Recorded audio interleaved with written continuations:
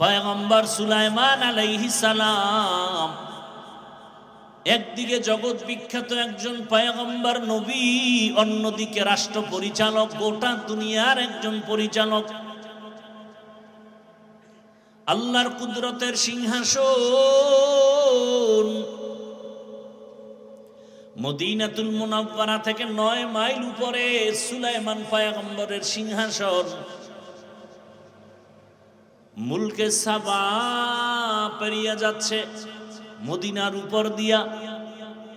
হঠাৎ পয়গম্বর সুলাইমান জমিন থেকে 9 মাইল উপরে সিংহাসনে বসে জমিনের গর্তের পিপিলিকার আওয়াজ কানে শুনছে। পিপিলিকা বয়ান করতেছে, ইয়া আইয়ুহান নামলু দুখুলু মাসাকিনাকুম, এই আমার জাতিরা তাড়াতাড়ি গর্তের মধ্যে প্রবেশ করো। সুলাইমান নবী পিপিলিকার বয়ানটা 9 মাইল উপর থেকে শুনলেন। ফাতাবাসসামা, সুলাইমান পয়গম্বর ওখানে বসে মুস্কি হাসিয়া বলে, এই সিংহাসন ল্যান্ড করো। জমিনের মধ্যে ল্যান্ড করছে পয়গম্বর সুলাইমান। পিপিলিকার কাহিনী সবাইরে শুনাইতেছে। এই কাহিনীর মধ্যে হঠাৎ নামাজের সময় ওযু করবে, পানির প্রয়োজন, কোথাও পানি নাই। হুদহুদ নামের পাখি নাক লাগায়া মাটির মধ্যে বলতে পারতো এখানে পানি আছে। বলা মাত্র জিনদের বলতো মাটি খনন করে পানি উঠাও, ওযু করব, নামাজ পড়ব। সুলাইমান পয়গম্বর পিপিলিকার কাহিনী শুনায়। পিপিলিকার কাহিনী এতটা সুন্দর যে আল্লাহ ওই পিপিলিকার নামে সূরার নাম দিয়ে দিছে সূরাতুন নমল। মানুষ ধাঁধা কয়, আমি ইসলামী ধাঁধার মধ্যে আছে না, কোন সূরায় নাই বিসমিল্লাহ, কোন সূরায় 2 বিসমিল্লাহ। সূরায়ে নমল পিপিলিকার নামে।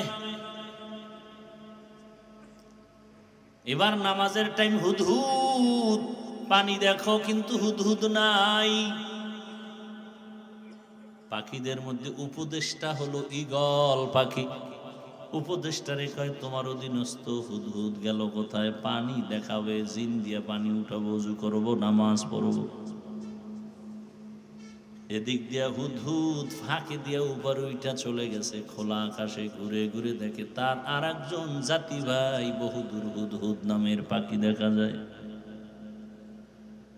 হুদহুদ নামের পাখিটারে দেখা সুলাইমান নবীর হুদহুদ তোরায় গিয়া কয়, কে তুমি? বলে, কে তুমি? খায়, আমি কে মানি? আমি তো সুলাইমান নবীর অধীনস্থ প্রজা। সুলাইমানকে সুলাইমানকে মানি? গোটা দুনিয়া যার হুকুমে চলে। বলে, মাত্র নাম শুনছি। বলে, তুই কোথায় আছো? সুলাইমানের নাম জানো না তো, তোর জেলখানায় যেতে হবে। কয়, না, আমি তো সুলাইমান রে চিনি না। আমি এমন এক এলাকায় আছি, আমগো দেশটা এক ম্যাডাম চালায়। ম্যাডামের নাম কি? কেউ জানে না ম্যাডামের নাম কি? বাসুলাইমা দাদ মুলকো সরওয়ারি শুদমতি খাতে মশদে ওয়াপুরি। হুদহুদ বলে, বিলকিস তোমার ম্যাডাম? বলো কি, গোটা দুনিয়া চালায় সুলাইমান? বলে, আরে তো তুমি জানো না তোমার সুলাইমানের কি আছে? বলে, সিংহাসন। আমার ম্যাডামেরও সিংহাসন। কত চল একটু দেখি। হুদহুদ চলে গেল বিলকিসের সিংহাসন দেখে গিয়া। বিশাল বড় রাজপ্রাসাদ, এত সুন্দর সিংহাসন। সুলাইমান নবীর কাছে খবর বলবে দিয়ে সুলাইমান হুদহুদরে না পাইয়া মেজাজ গরম হয়ে গেছে। সুলাইমান পয়গম্বর বললেন, মালিয়া লা আরাল হুদহুদ, কি হলো আমার? আমি হুদহুদকে দেখি না কেন? রাজনীতি, এই রাজনীতি বলে নাই, এই পয়েন্ট একটা রাজনীতির একটা পয়েন্ট। আমাকে কোরআন দাও, আমি সুলাইমান বিলকিসের ঘটনা শোনাবো 1 মাস লাগায়া, তাফসির করবার তোমরা বাংলাটা ধরো। খোদার কসম, রাজনীতি কাকে বলে, কত প্রকার কি কি আমি সুলাইমান আর বিলকিসের ঘটনা দিয়ে শোনায় যাব, আমাকে দাও। আমার ইসলাম তো এমন, দুনিয়াতে যত নীতি আছে সব সমাজনীতি, পরিবার নীতি, রাষ্ট্রনীতি, অর্থনীতি, যত নীতি আছে সব নীতির থেকে শ্রেষ্ঠ নীতি হলো ইসলামের নীতি। উত্তরে আল্লাহ নাই, নিচে আল্লাহ নাই, উপরে আল্লাহ নাই, সমুদ্রে আল্লাহ নাই, তাহলে বাইতুল্লাহর দিকে কেন নামাজ হবে? কেন? ভালো করে বুঝো সমাজনীতি কাকে বলে। ইসলামের সমাজনীতি পারফেক্ট এবং পিওর। ইসলামের অর্থনীতি পিওর নীতি এবং পারফেক্ট। আল্লাহর জাতের কসম, এই জমিনে যতদিন পর্যন্ত ইসলামের অর্থনীতি চালু হবে না, ততদিন পর্যন্ত অর্থনীতির প্রতিবন্ধিতা এবং প্রতিবন্ধকতা, ঝামেলা মুক্ত দেশ হবে না। এই জুলাই যোদ্ধারা বলো, তোমার স্বাধীন যদি সফল হয়ে থাকে, কেন আমার বোন রাস্তায় নিরাপত্তার সাথে চলতে পারে না? কেন বাবার সামনে মেয়েকে ধর্ষণ করা হয়? কেন স্বামীর সামনে তার স্ত্রীকে ধর্ষণ করা হয়? কেন ব্যবসায়ী নিরাপদে ব্যবসা করতে পারে না? বুঝা গেল তোমার স্বাধীন সফল না। নতুন ভাবে প্রস্তুতি নাও, কাফনের কাপড় কিনে রেডি হও, নতুন আর একটা সফল স্বাধীন করতে হবে। ওই স্বাধীন হবে একমাত্র ইসলামের স্বাধীন। বেশি বয়ানের দরকার নাই, এই কথাটা অন্তরে ঢুকাও যে আমার মতো জেনারেল লাইনের মানুষটা যদি স্কুলে পড়ে, কলেজে পড়ে, নামাজ পড়ে, আমার কপাল কেন খারাপ, আমি কেন পারি না? আমার মতো যদি জেনারেল লাইনের মানুষ চাকরি করে, ব্যবসা করে, নামাজ পড়ে, আমি কেন পারবো না? ও আল্লাহ, তুমি আমারে মাফ করে দাও। জীবনের শখ লাগাইয়া আশা পূরণ করতে গিয়া তো পার্কে কম দৌড়াইলা না, সারা রাত মোবাইল তো কম চালাইলা না। কত রাত্র মোবাইলে গুনাহ করেছ রে যুবক। পার্কে পার্কে কত দৌড়াইলা, দাড়ি কাটলা, নামাজ ছাড়লা, এখনো কি আশা পূরণ হয় নাই? তোমার আশা কি আরো আছে? আরো কত রাত্র তুমি মোবাইল চালাইলে আশা পূরণ হবে বলো? আর কতবার দাড়ি কাটলে, নামাজ ছাড়লে, বেপরদায় পার্কে দৌড়াইলে আশা পূরণ হবে বলো? এবং হায়াতের বাকি আছে কতদিন, তাও তুমি আমাকে বলো। এমন একটা দিন নাই পানির নিচে, গাড়ির নিচে, ঘুমের বিছানায় যুবকের লাশ পাওয়া যায় না। কয়দিন বাঁচবা জানা নাই। ওই ভূমিকম্পে একটু হলো 10 জনের প্রাণ চলে গেল। ও বাবা, তোমাকে আল্লাহ ঘুমের মধ্যে নিতে পারেননি। আল্লাহর কাছে মনে মনে তওবা করো, হে আল্লাহ, আর নামাজ ছাড়বো না, দাড়ি কাটবো না, বেপরদায় চলবো না। মা বাবার দোয়া নিয়া, শিক্ষকের দোয়া নিয়া, উলামায়ে কেরামের পরামর্শ নিয়া, নবীজির আদর্শ মেনে চলবো, আর কোনোদিন গুনার পথে যাব না। আমি জানি একটা ব্যক্তি, ভালো করে যাকে চিনি, সে চোর। আমি জানি সে ধর্ষক, নারী পাইলেই ধর্ষণ করে, তার চরিত্র খারাপ। আপনি জানেন ওই লোকটা চোর, ওই লোকটা ডাকাত, ওই লোকটা জালেম। তার কাছে আপনি টাকা আমানত রাখবেন? যদি জানেন এই লোকটা চরিত্রহীন, ধর্ষক, তার কাছে আপনার নারী আমানত রাখবেন? হ্যাঁ, এটি বুঝেন? কিচ্ছু বুঝেন। বুঝলে ঘুরে ফিরে আবার সেই নাপাক হাতের মধ্যে আসে কেন? যদি বুঝে থাকেন তাহলে সেই নাপাককে ঘুরে ফিরে মাথার মুকুট বানান কেন? জানেন চোর, আপনি কেমনে বলেন তার চরিত্র ফুলের মতো পবিত্র? আপনি জানেন সে ডাকাত, সে জালেম, সে ধর্ষক, সে খুনি, আপনি কিভাবে জবান দিয়ে বলেন তার চরিত্র ফুলের মতো পবিত্র? কোন ফুল? কাগজের ফুল।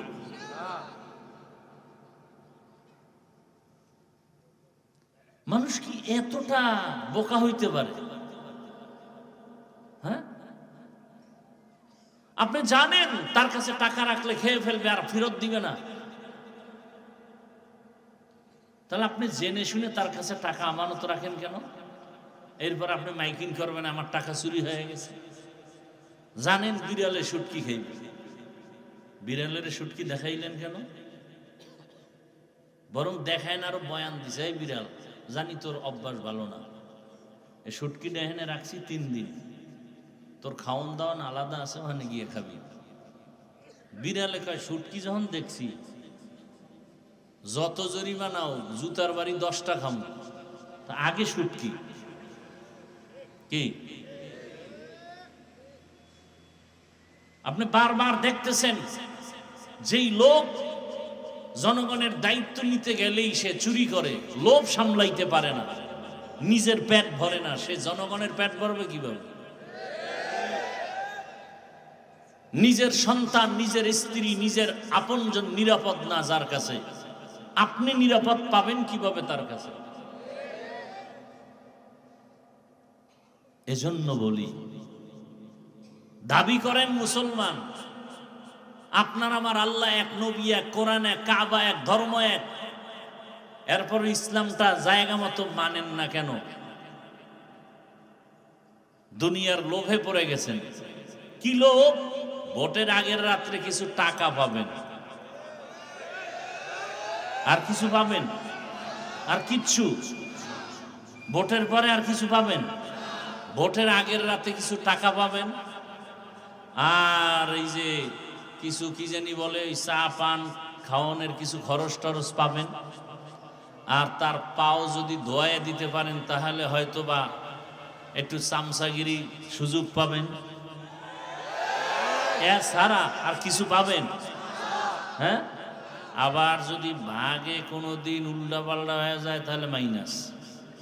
মাইনাস মানে জমিন থেকে বিদায়। কি? এখন মানুষ মারতে শত্রু লাগে না, নিজের দলের আপন লোকটাই যথেষ্ট। ভাগে কম হয়ে গেছে বলে ওকে মাইনাস করে দাও। তবে আপনি মানেন আর না মানেন, কথাটা লিখে রাখেন। বিশেষ করে আমি যুবকদেরকে বলবো, একটা ব্যানার বানাও। 200 টাকা দাম নিতে পারে, সম্ভবত 2 ফিট 3 ফিট ব্যানার। ব্যানারে স্লোগান লিখবা, পৃথিবীতে একমাত্র শান্তির ঠিকানার নাম ইসলাম। কথাটার মধ্যে কি পরিমাণ সন্দেহ আছে আপনাদের? হ্যাঁ, আপনি যদি ইসলাম না মানেন দুঃখ নাই, কিন্তু কথাটা আপনি সত্য, এটা 100 না, ওভার 100। শান্তির ঠিকানার নাম, এটা সাইনবোর্ড লেখেন, ব্যানারে লেখেন, এবং এরপরে লিখবেন, যতদিন পর্যন্ত এই জমিনে ইসলাম কায়েম হবে না ততদিন পর্যন্ত চাপাবাজদের আওয়াজ হবে, শান্তি কপালে জাতি পাবে না। সম্ভব না, কোনদিন সম্ভব না। চোরের কাছে কোনোদিন সম্পদ আমানত থাকতে পারে না, ধর্ষকের কাছে কোনোদিন আমার মা বোন নিরাপদ থাকতে পারে না, জালেমের কাছে কোনো দুর্বল মানুষ সুস্থ থাকতে পারে না। ইসলাম ছাড়াই জমিনে শান্তি আসবে না। কিয়ামত পর্যন্ত যত তুমি চিল্লাও, চিল্লাইতে পারবা, কিন্তু শান্তি কপালে দেখা যাবে না ইসলাম ছাড়া। সমস্যা কি? সবাই কয়, যারা বিএমপি করে, আওয়ামী লীগ করে, এরাও মাঝে মাঝে কয়, হুজুর আপনারা এখন এক হইলে আমরা আসি, এইবার চান্দু যাবা কই? আমরা হুজুরেরা তো মোটামুটি এক লাইনে হাজির, এইবার চান্দু যাবা কই? এইবার পিটান খাবো না, পিটান দিব। আমগো ধাক্কাইয়া ধাক্কাইয়া কইছো এক হও, আমরা এক হয়ে গেছি ইনশাআল্লাহ। দেশের সব আলেমে ইসলামের ব্যানারে সব এক। কে চরমনাই, কে তাবলিগ, কে দেওবন্দি, কে আলিয়া, কে কওমিয়া বুঝি না, ইসলামের ব্যানারে সবে যারা এক হবে না তাদেরকেও চিহ্নিত করতে হবে। এরা খাঁটি ইসলামওয়ালা নয়, দুনিয়ার লোভে পড়ে ভিন্ন দিকে দৌড়ায়। এইবার যারা আমাদেরকে সাপোর্ট দিবে না এদেরকেও চিহ্নিত করতে হবে। ভেজাল আছে কোথায়? একজনের চিনি না, শুনি না, দেখি কেমন, দেখি এটা বলা যায়, কিন্তু যারে বারবার দেখছেন, বারবার চিনছেন, এরে আর কি দেখবেন? হ্যাঁ, একজনে দৌড়ায় পিছন দিয়া লুঙ্গি ছেঁড়া, পিছন দিয়া কিও কয় এতদিন সোনার বাংলা দেখছো, এখন রূপার বাংলা দেখো। কি বাংলা দেখো? সোনার বাংলা, রূপার বাংলা সব দেখেছো, এখন শুধু একটা দেখা বাকি, ইসলামের বাংলা দেখতে হবে।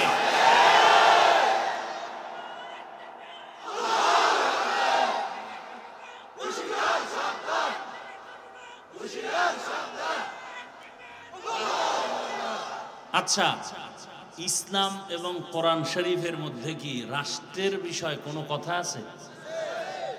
আমি কিন্তু প্যাসের ওয়াজ কম করি, প্যাস গোজ বুঝি না, করিও না, এবং আপনাদেরকেও প্যাসে ফালাতে চাই না। আমরা কোরআন মানি, তো সহজ কথা, কোরআন মানি, ইসলাম মানি। ওই ইসলামে কি রাষ্ট্রীয় ব্যাপারে কোনো নীতি আছে? সুলাইমান নবী গোটা দুনিয়া পরিচালনা করেছেন, ইউসুফ নবী মিশরের অর্থমন্ত্রী ছিলেন, জুলকারনাইন বাদশাহ গোটা দুনিয়া চালাইছেন। এই ঘটনা কোরআনে আছে না নাই?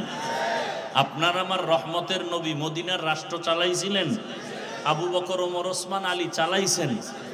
সোজা কথা, আমাদের আন্দোলন আল্লাহর কোরআন আর ইসলামকে টিকানোর জন্য। এই যেমন বাউল সাহেব, কি সাহেব, এরা দীর্ঘ যুগ যুগান্তর চলতেছে চলতেছে চলতেছে, কিন্তু সীমা লঙ্ঘন করার পরে আমার আল্লাহ ধরে বসছেন। কি? আল্লাহ ধরায় দিছেন, সীমা লঙ্ঘন করলেই ধরা পড়ে যাবে, আল্লাহ ধরায় দিবেন। তা আমিও যদি করি আল্লাহ আমাকে ধরায় দিবেন, সব সহ্য করা যাবে। আমার আল্লাহ, আমার রসুল, আমার কোরআন, আমার ইসলামের বিরুদ্ধে কথা বললে তা বরদাস্ত করা হবে না।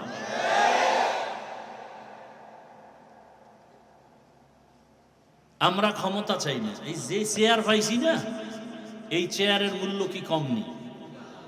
এমপি সাহেবের চেয়ার আজ আছে কাল থাকবে না, আর আমাদের এই চেয়ারের কোনো মেয়াদি নেই। আমি এখানে যাব কেন? একটাই কারণ, আজকে যে যা ক্ষমতায় গিয়া তারা ইসলামের বিরুদ্ধে কিছু না করুক দেশ, কারণ এই বাংলাদেশের মধ্যে কোনদিন কেউ ইসলামের বিরুদ্ধে স্বপ্ন দেখলে তা পূরণ হবে না। আমি যুবকদেরকে আর একটা ওয়াদা করায় যাই, বাবার সাথে সন্তানদের মাঝে মাঝে তর্ক হয় না, হয় না? তার মানে কি বাবারে কেউ গালি দিবে আর মেনে নিবে? হ্যাঁ, বাবার সাথে তর্ক হয়েছে ঠিক আছে, কিন্তু আমার বাবার বিরুদ্ধে যদি কেউ কথা বলে ওর কলার ধরে ফেলবো না? ঠিক আপনি ভাই, অনেকে এখানে আসি, আমরা সারা দেশেই অনেকে নামাজ ঠিক মতো পড়ি না, রোজা ঠিক মতো রাখি না, দাড়ি ঠিক মতো রাখি, কিন্তু আল্লাহ মানিত, ইসলাম মানিত। তার একটা অনুরোধ, যুবকরা ওয়াদা করো যে ইসলামকে খাটো করার সুযোগ দিবা না। কেউ যদি তোমার সামনে বলে ইসলামে এই সমস্যা সেই সমস্যা, আস্তে কলারটা ধরবা, ধরবা, এই বেঈমানের বাচ্চা, আমি দাড়ি রাখি না, নামাজ পড়ি না, ঠিক আছে, কিন্তু আমার ইসলামের অপমান করবি, চামড়া তুলে ফেলা হবে। পারবা যুবক বাবারা? তুমি নামাজ পড়ো না, তোমাকে পায়ে ধরে বুঝাবো, রোজা রাখো না, পায়ে হাত রেখে বুঝাবো, তুমি পর্দা করো না, বুঝাবো, কিন্তু ইসলামের বদনাম তোমার সামনে কেউ করবে, এটা সহ্য করা যাবে না, এই সুযোগ দেওয়া যাবে না। যে বদনাম করবে তার সাথে আমরা নাই, সোজা কথা। যারা আল্লাহর রসুলের ইসলামের বদনাম করবে এদের সাথে আমরা নাই। আমরা কালেমার পতাকার একসাথ হয়ে মুসলমান, পরিচয় আমাদের মুসলমান।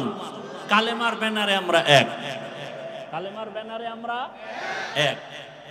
আমার কথার মধ্যে কোনো ঝামেলা থাকলে বলো, আমি তওবা করি।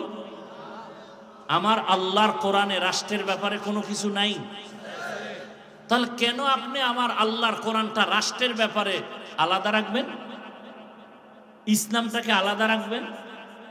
নতুন আইন করবেন কেন? আল্লাহর আইন তো আছে রাষ্ট্র পরিচালনার ক্ষেত্রে, আপনি আলাদা করে কেন একটা হাঙ্গামা বাজাবেন, ঝগড়া লাগাবেন, অস্থিতিশীল পরিবেশ তৈরি করবেন? আল্লাহর উপর আস্থা ও বিশ্বাস নিয়ে কত আন্দোলন, কি দরকার কি? ইসলাম তো হিন্দুদের উপর আক্রমণ করে না, খ্রিস্টানের উপর আক্রমণ করে না, সব ধর্ম যার যার অবস্থানে থেকে পালন করবে। কিন্তু হিন্দু যদি বলে আমি ইসলামের লোক, এটা মানা যাবে না। বিষের বোতলের মধ্যে বিষ বিক্রি করবে, কোনো বাধা নাই। মধুর বোতলে মধু বিক্রি করবে, কোনো বাধা। বিষের বোতলে বিষ নিয়ে যদি মধু কয়া বিক্রি করে, সেখানে বিধান কি? খ্রিস্টান তার ধর্ম অনুযায়ী চলবে, বাধা। ইহুদি তার ধর্ম অনুযায়ী চলবে, বাধা। হিন্দু তার ধর্ম অনুযায়ী চলবে, বাধা। যদি মুসলমান দাবি করে, আহমদিয়া মুসলিম জামাত দাবি করে, আর নবী মানে না, এমন কাদিয়ানীদেরকে আমরা বরদাস্ত করব?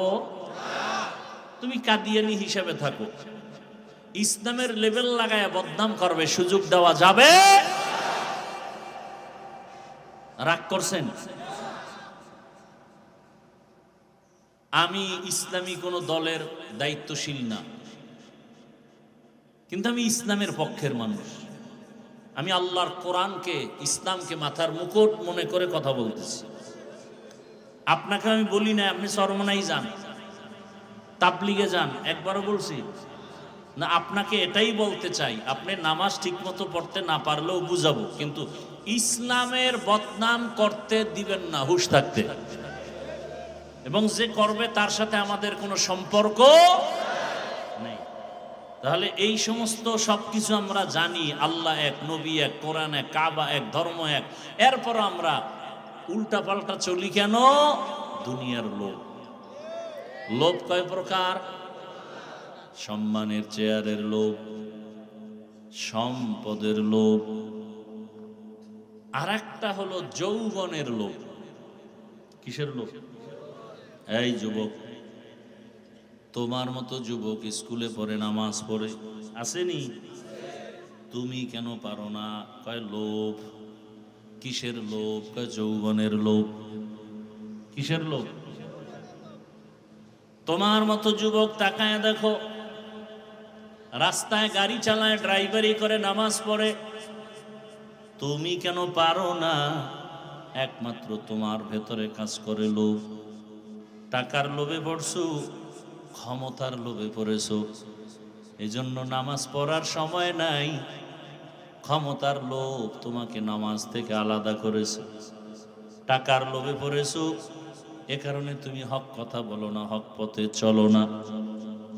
ফেরাউন নামের বেঈমান গরিব অবস্থার থেকে বান্দা যখন ক্ষমতার মসনদে মিশরে আসলো, ওজিরে হামান রে ডাক দিয়ে কয়, মনে চায় আমার ভেতর একটু খোদা খোদা ভাব, দাবি করমুনি? হামান বলে করো। করলে আর ছোট খোদা দাবি করে কি লাভ?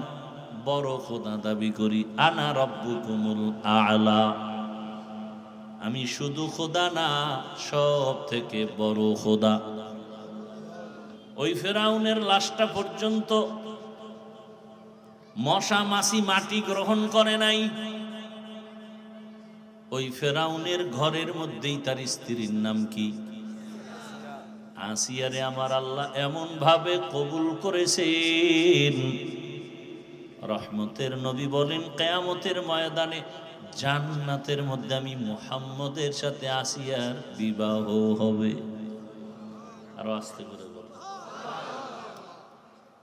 অথচ এত বড় বেঈমান ফেরাউন যে আল্লাহর সাথে চ্যালেঞ্জ দিয়ে নিজের খোদা দাবি করলো। শুধু খোদা না, সব থেকে বড় খোদা। আর তার ঘরের স্ত্রী আসিয়া এমন আল্লাহর কাছে দামি হয়ে গেছেন, নবীজি বলেন কিয়ামতের ময়দানে জান্নাতের মধ্যে আসিয়ার সাথে আমি মুহাম্মদের বিবাহ হবে। হাসরের মাঠে সব মানুষগুলো উলঙ্গ দাঁড়াবে, নারী পুরুষ উলঙ্গ দাঁড়াবে।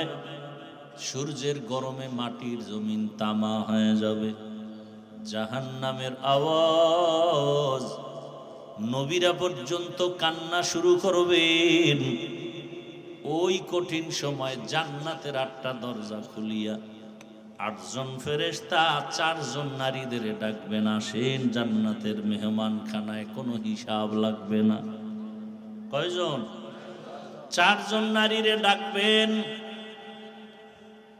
কোনো হিসাব নাই, সূর্যের গরম লাগবে না। ওই 4 জন নারীর মধ্যে একজন হবে ফেরাউনের স্ত্রী আসিয়া। এত বড় বেঈমানের ঘরে থাইকা আসিয়া আমার মাওলাকে এত রাজি করে ফেলেছেন।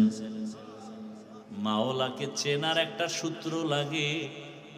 আমি আমার মালিকের কেমন ভাবে চিনলাম?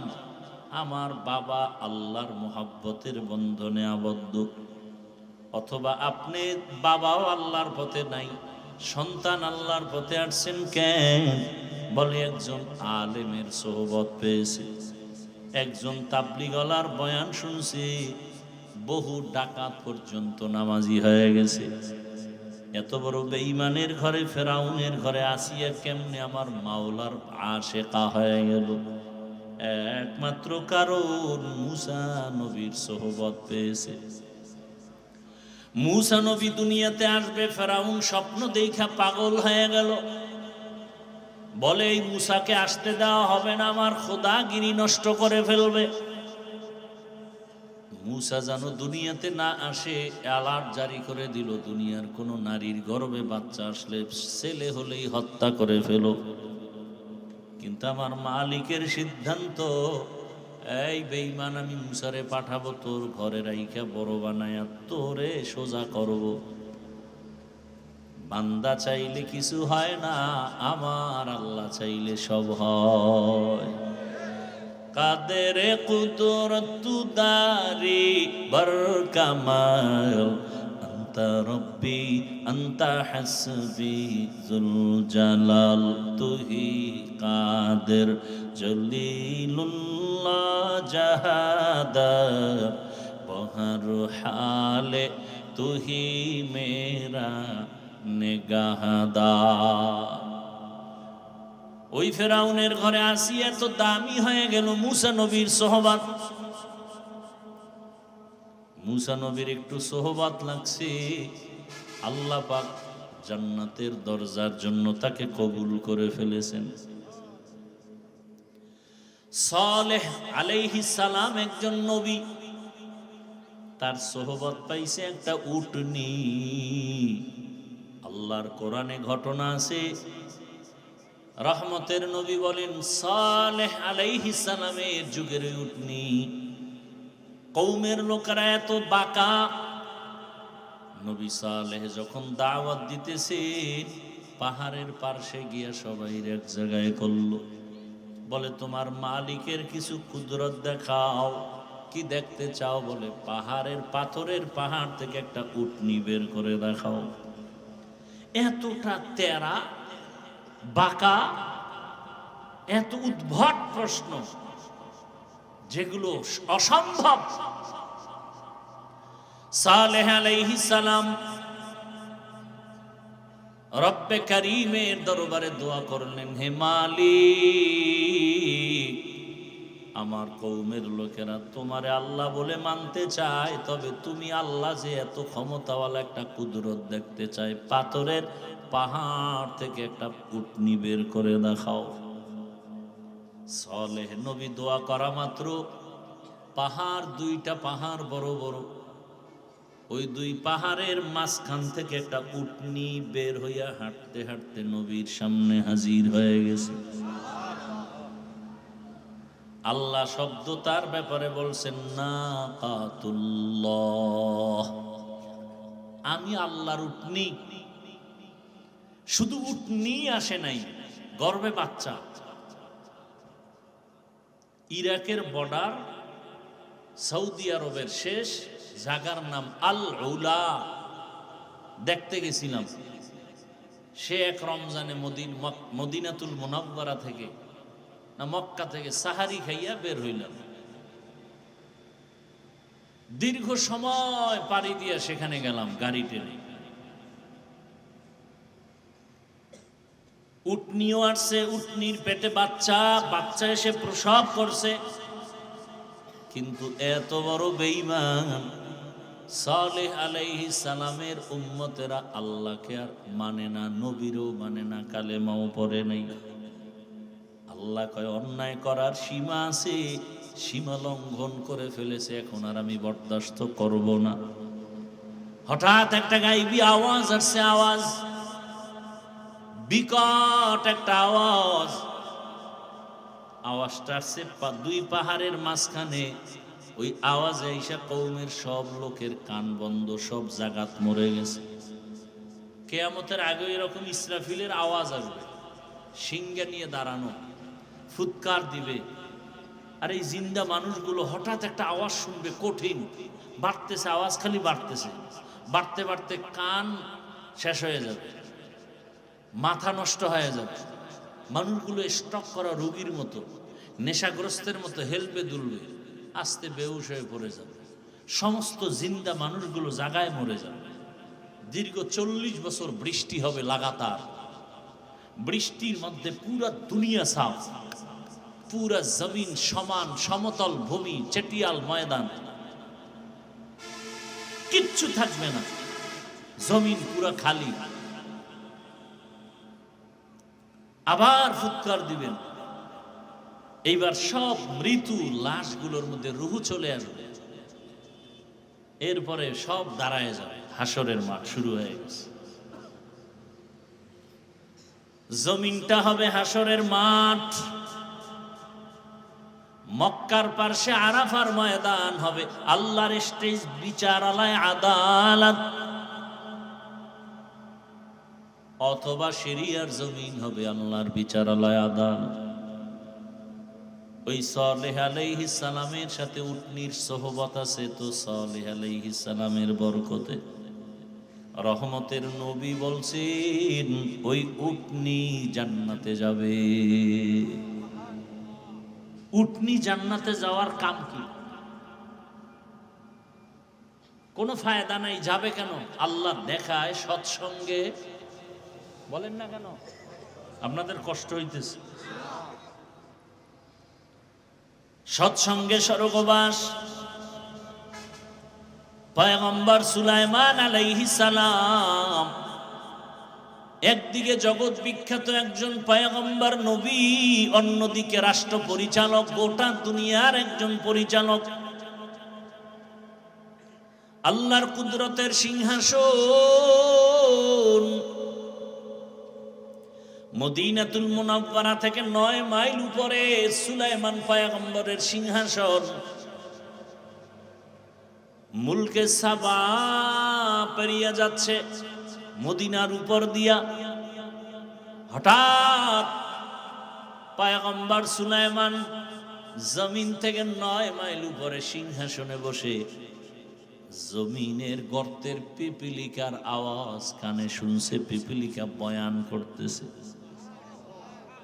ইয়া আইয়ুহান নামলু দুখুলু মাসাকিনাকুম, এই আমার জাতিরা তাড়াতাড়ি গর্তের মধ্যে প্রবেশ করো। সুলাইমান নবী পিপিলিকার বয়ানটা 9 মাইল উপর থেকে শুনলেন। ফাতাবাসসামা, সুলাইমান পয়গম্বর ওখানে বসে মুস্কি হাসিয়া বলে, এই সিংহাসন ল্যান্ড করো। জমিনের মধ্যে ল্যান্ড করছে। পয়গম্বর সুলাইমান পিপিলিকার কাহিনী সবাইরে শুনাইতেছে। এই কাহিনীর মধ্যে হঠাৎ নামাজের সময় ওযু করবে, পানির প্রয়োজন, কোথাও পানি নাই। হুদহুদ নামের পাখি নাক লাগায়া মাটির মধ্যে বলতে পারতো এখানে পানি আছে। বলা মাত্র জিনদের বলতো মাটি খনন করে পানি উঠাও, ওযু করবো, নামাজ পড়বো। সুলাইমান পয়গম্বর পিপিলিকার কাহিনী শুনায়। পিপিলিকার কাহিনী এতটা সুন্দর যে আল্লাহ ওই পিপিলিকার নামে সূরার নাম দিয়ে দিছে সূরাতুন নমল। মানুষ ধাঁধা কয়, আমরা ইসলামী ধাঁধার মধ্যে আছে না, কোন সূরায় নাই বিসমিল্লাহ, কোন সূরায় 2 বিসমিল্লাহ। সূরায়ে নমল পিপিলিকার নামে। এবার নামাজের টাইম, হুদহুদ পানি দেখো কিন্তু হুদহুদ নাই। পাখিদের মধ্যে উপদেষ্টা হলো ঈগল পাখি। উপদেষ্টারে কয় তোমার অধীনস্থ হুদহুদ গেল কোথায়? পানি দেখাবে, জিন দিয়ে পানি উঠাবো, ওযু করবো, নামাজ পড়বো। এদিক দিয়া হুদহুদ ফাঁকে দিয়া উপরে উইটা চলে গেছে, খোলা আকাশে ঘুরে ঘুরে দেখে তার আর একজন জাতি ভাই বহুদূর হুদহুদ নামের পাখি দেখা যায়। হুদহুদ নামের পাখিটারে দেখা সুলাইমান নবীর হুদহুদ দৌড়ায় গিয়া কয়, কে তুমি? বলে কে তুমি? খায় আমি কে মানি? আমি তো সুলাইমান নবীর অধীনস্থ প্রজা। সুলাইমানকে সুলাইমানকে মানি? গোটা দুনিয়া যার হুকুমে চলে। বলে মাত্র নাম শুনছি। বলে তুই কোথায় আছো? সুলাইমানের নাম জানো না তো? তোর জেলখানায় যেতে হবে। কয় না, আমি তো সুলাইমান রে চিনি না। আমি এমন এক এলাকায় আছি, আমগো দেশটা এক ম্যাডাম চালায়। ম্যাডামের নাম কি? কেউ জানে না ম্যাডামের নাম কি? বাসুলাইমা দাদ মুলকো সরওয়ারি শুদমতি খাতে মশদে ওয়াপুরি। হুদহুদ বলে, বিলকিস তোমার ম্যাডাম? বলো কি, গোটা দুনিয়া চালায় সুলাইমান? বলে আরে তো তুমি জানো না তোমার সুলাইমানের কি আছে? বলে সিংহাসন, আমার ম্যাডামেরও সিংহাসন। কত চল একটু দেখি। হুদহুদ চলে গেল বিলকিসের সিংহাসন দেখে গিয়া, বিশাল বড় রাজপ্রাসাদ, এত সুন্দর সিংহাসন। সুলাইমান নবীর কাছে খবর বলবে দিয়ে সুলাইমান হুদহুদরে না পাইয়া মেজাজ গরম হয়ে গেছে। সুলাইমান পয়গম্বর বললেন, মালিয়া লা আরাল হুদহুদ, কি হলো আমার, আমি হুদহুদকে দেখি না কেন?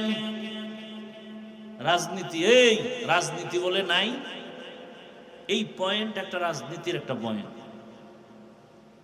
আমাকে কোরআন দাও, আমি সুলাইমান বিলকিসের ঘটনা শোনাবো 1 মাস লাগায়া, তাফসির করবার তোমরা বাংলাটা ধরো। খোদার কসম, রাজনীতি কাকে বলে, কত প্রকার কি কি আমি সুলাইমান আর বিলকিসের ঘটনা দিয়ে শোনায় যাব, আমাকে দাও। ইউসুফ আর জুলাইখার ঘটনা দিয়ে রাষ্ট্রনীতি কাকে বলে দেখায় যাব, ধরে ধরে দেখায় যাব। দাও আমার হাতে। তুমি আমার কোরআনটাকে দুর্বল বানিয়েছো। আমার কোরআন তো দুর্বল না, ইসলামে সব আছে, রাষ্ট্রনীতি নাই, এই কথা বলে আমার ইসলামটাকে খাটো করবা, মেনে নিতে পারি না। আমার ইসলাম তো এমন, দুনিয়াতে যত নীতি আছে সব, সমাজনীতি, পরিবার নীতি, রাষ্ট্রনীতি, অর্থনীতি, যত নীতি আছে সব নীতির থেকে শ্রেষ্ঠ নীতি হলো ইসলামের নীতি। ইসলামে অর্থনীতি নাই, হ্যাঁ, ইসলামে সমাজনীতি নাই। ইসলামেই তো সমাজ কায়েম করছে তো ইসলাম। জুমার দিন মসজিদে কেন যাও? বাইতুল্লাহর দিকে ফিরিয়ে কেন নামাজ পড়ো? পূর্ব দিকে কি আল্লাহ নাই? না কেন? দক্ষিণে আল্লাহ নাই, উত্তরে আল্লাহ নাই, নিচে আল্লাহ নাই, উপরে আল্লাহ নাই, সমুদ্রে আল্লাহ নাই। তাহলে বাইতুল্লাহর দিকে কেন নামাজ হবে? কেন? ভালো করে বুঝো সমাজনীতি কাকে বলে। ইসলামের সমাজনীতি পারফেক্ট এবং পিওর। ইসলামের অর্থনীতি পিওর নীতি এবং পারফেক্ট। আল্লাহর জাতের কসম, এই জমিনে যতদিন পর্যন্ত ইসলামের অর্থনীতি চালু হবে না, ততদিন পর্যন্ত অর্থনীতির প্রতিবন্ধিতা এবং প্রতিবন্ধকতা ঝামেলা মুক্ত দেশ হবে না। অর্থনীতির একমাত্র কল্যাণ ইসলামী অর্থনীতি। ইসলামী অর্থনীতি চালু হয়ে গেলে এ দেশে ভিক্ষুক থাকবে না, দারিদ্র বিমোচনের স্লোগান দিতে হবে না, দারিদ্র সীমার উপর আর নিচ নিয়ে টেনশন করা লাগবে না। ধনীরা যাকাত দিবে ইসলামের অর্থনীতি, গরিবরা যাকাত পাবে ইসলামের অর্থনীতি। মানুষকে করজ দাও, হাসানা দাও, কর্জে হাসানা দান করো, ধার দাও। বড় লোকেরা ধার দেয় না, গেলেই বলে নাই নাই নাই। 5,000 টাকা দেন, আমি গরিব, নাই। কানের মধ্যে মুখ লাগায় গোপনে যদি বলা হয় সুদে দে, বড় লোক কয় লাখ নিবি বল, ঠিক নি? আফসোস, বড় আফসোস। আমার ইসলামটা কত পাওয়ারফুল, আলোচনা নাই, বুঝি না। মিয়া, ইসলামকে ঠকাবে, ইসলামকে নিচু করবে এমন কোন মায়ের সন্তান দুনিয়াতে নাই। আলোচনা নাই, বুঝি না। এজন্য মানুষ যা মনে চায় তাই বলে। পৃথিবীর শ্রেষ্ঠ অর্থনীতি ইসলামী অর্থনীতি, পৃথিবীর শ্রেষ্ঠ রাষ্ট্রনীতি ইসলামী রাষ্ট্রনীতি, পৃথিবীর শ্রেষ্ঠ পরিবার নীতি ইসলামী পরিবার নীতি। কি না আছে আমার আল্লাহর দ্বীনের মধ্যে, কোরআনের মধ্যে, ইসলামের মধ্যে। হ্যাঁ, ইসলামে পেট নীতি নাই, দুর্নীতি নাই, ইসলামের মধ্যে মিথ্যা নাই, কারো উপরে জুলুম করা, ডাকাতি, চুরি নাই। এই জন্য সব চোর, সব ডাকাত, সব দুর্নীতিবাজ ইসলাম চায় না। ইসলাম যারা চায় না, খুঁজে দেখবেন সবগুলো ডাকাত, সবগুলো চোর। ইসলাম যারা চায় না, খুঁজেই দেখবেন ওরা সবগুলো দুর্নীতিবাজ।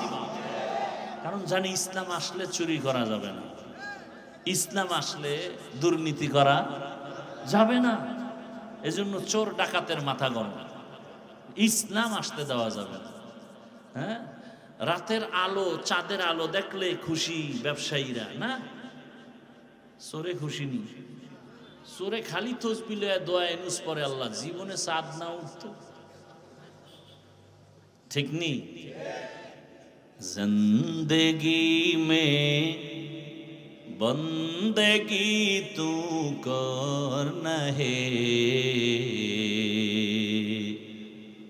जिंदगी में बंदगी तू करना है, जिंदगी बे बंदगी शर्मिंदा है, जिंदगी बे बंदगी शर्मिंदा।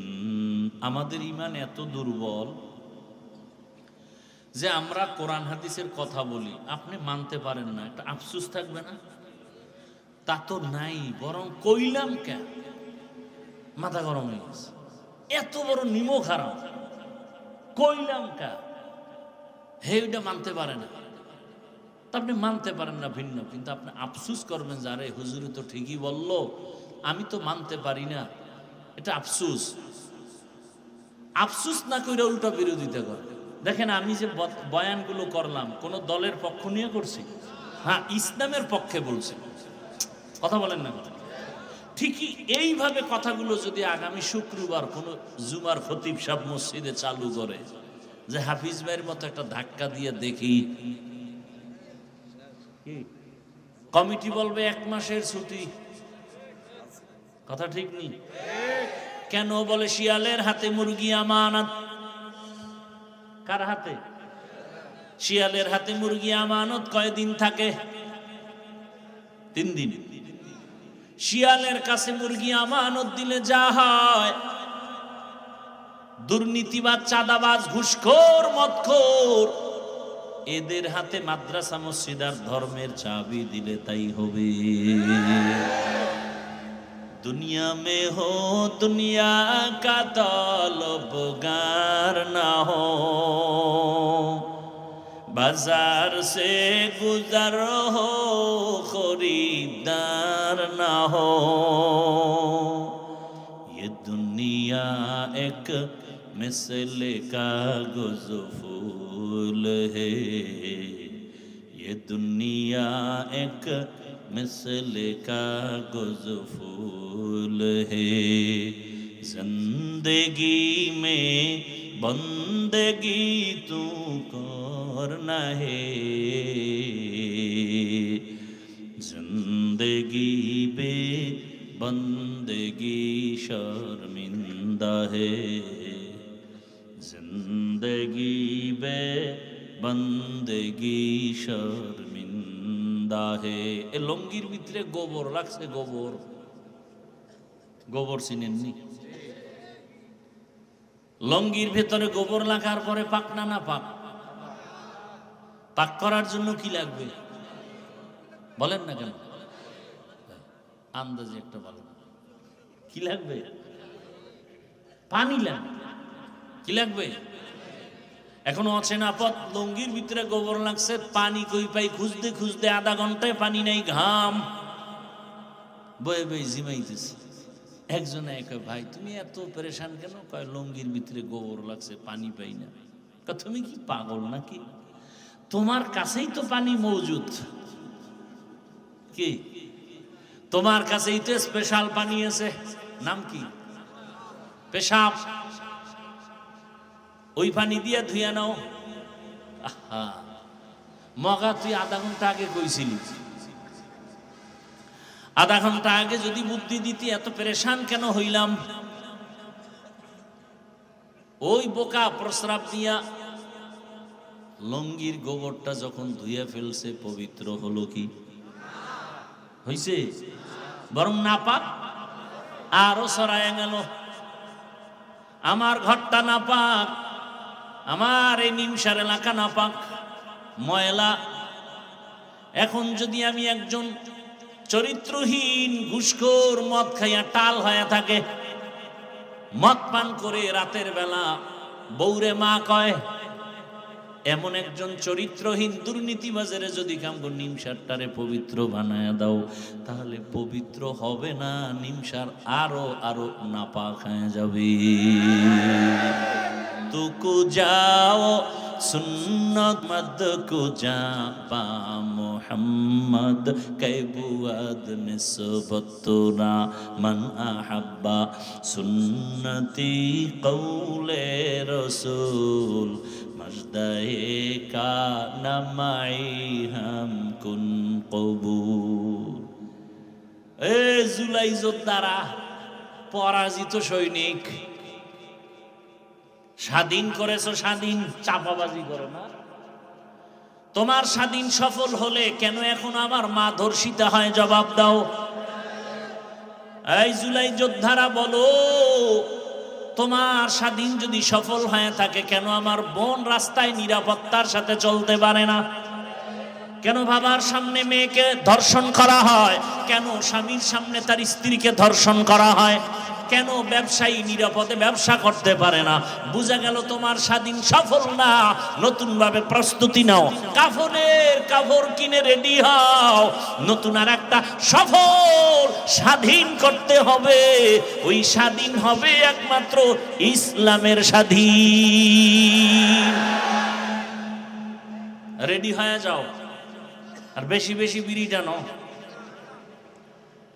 আল্লাহর কাছে দোয়া করো, 5 ওয়াক্ত নামাজ পড়ো, দোয়া করো, হে মালিক বাহাদুরি করিও না। গত শুক্রবার কিন্তু ধাক্কা একটা লেগে গেছে গোটা দেশে, ফাঁকে ফাঁকে কিন্তু মিস কল চলতেছে। একটা বাড়ি মারবে, গোটা বাংলাদেশটা ধ্বংস হয়ে যাবে। সুনামি বলে যায় না, খালি মোবাইলে আকাম দেখো। 2004 সালের ইন্দোনেশিয়ার সুনামির ইতিহাস দেখ, ভূমিকম্পের ইতিহাসগুলো দেখো। আমার দেশটা ধ্বংস হতে 1 সেকেন্ডের সময় লাগবে না।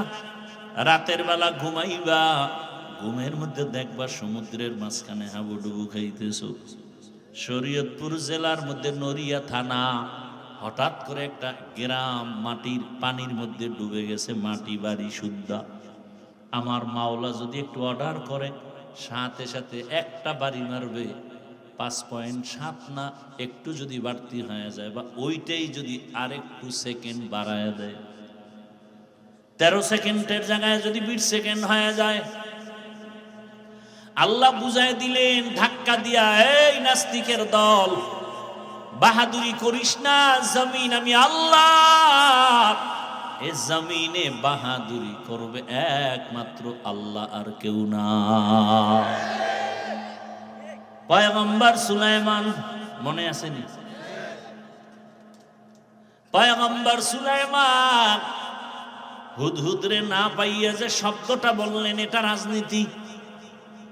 মালিয়া লা আরাল হুদহুদ, কি হলো আমার হুদহুদকে দেখি না কেন?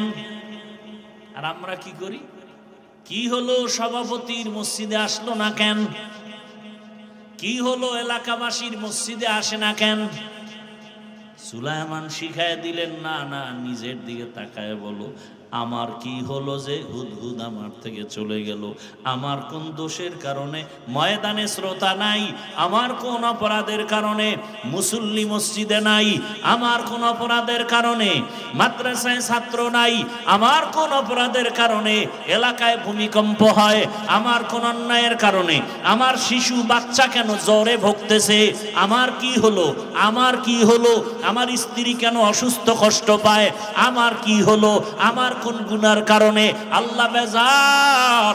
আমার কি অপরাধের কারণে আমার ঘরে অশান্তি? আমার কোন অপরাধ হলো যে আমার সমাজে অশান্তি? আমার কি অপরাধ হলো যে আমার কারণে আমার দেশটা অশান্তিতে ভরা? দেখছেন নি রাজনীতি? মালিয়া, আমার কি হলো? সুলাইমান বলে, আমার কোন দোষের কারণে হুদহুদকে হারায় ফেললাম। কেন হুদহুদ আমার অধীনস্থ নাই? আরে আমার কথা সবাই শুনবে, কিন্তু শুনে না কেন? আমি বাবা হইয়া সন্তানকে আদেশ দেই, মানে না কেন? আমার কোন অপরাধের কারণে? আমি শিক্ষক হইয়া ছাত্রকে শাসন করি, বিরোধিতা করে কেন? আমার কোন অপরাধের কারণে? আমার কোন গুনার কারণে আমার ছাত্র আমার কথা মানে না? আমার কোন অন্যায়ের কারণে আমি বাবা হিসাবে সন্তানকে কথা মানাইতে পারি না? আমার কথা তো অনায়াসে মানবে, আমার কথা তো আমার প্রজারা মানবে। আমার কোন অপরাধের কারণে আমার এলাকার মানুষ আমার কথা মানে না? আমার কোন দুর্বলতার কারণে আমার দেশের জনগণ আমার কথা মানে না? ওরে, আমি যদি ভালো হই, গোটা দেশ ভালো হয়ে যাবে। গাছ ভালো, ফল ভালো, আমি বাবা ভালো, সন্তান ভালো, শিক্ষক ভালো, ছাত্র ভালো, পীর ভালো, মুরিদ ভালো, সরকারের ক্ষমতাওয়ালারা ভালো, গোটা দেশ ভালো। রাজনীতি নাই, কপাল খারাপ সময় নাই, নাইলে 1 সপ্তাহ টাইম দিয়ে সূরা নমল আর সুলাইমান বিলকিসের কাহিনী শোনায় যায় আর রাজনীতি শিখায় যায়। এত একটা পয়েন্ট বললাম, কোরআনে আছে না? এটা তো মাত্র একটা পয়েন্ট বললাম। বাসুলাইমা দাদে মুলকো সরওয়ারি শুদমতি এ খাতে মশ দেওয়াপুরি। ভাইরা আমার, এখনো সময় আছে, তওবা করেন। আরে পিপিলিকার কথা বলতেছিলাম কোন সূত্র ধরে? ওই যে ফেরাউনের স্ত্রী আসিয়ার কথার সূত্র ধরে। রহমতের নবী বলেন, এই পিপিলিকা আল্লাহর জান্নাতে যাবে। কোথায় যাবে? পিপিলিকা জান্নাতে যাবে, একটা গাভী জান্নাতে যাবে। কি জান্নাতে যাবে? গাভী। ওই গাভীর নামে সূরা আছে, নাম কি? সূরায়ে। কেন গাভী জান্নাতে যাবে?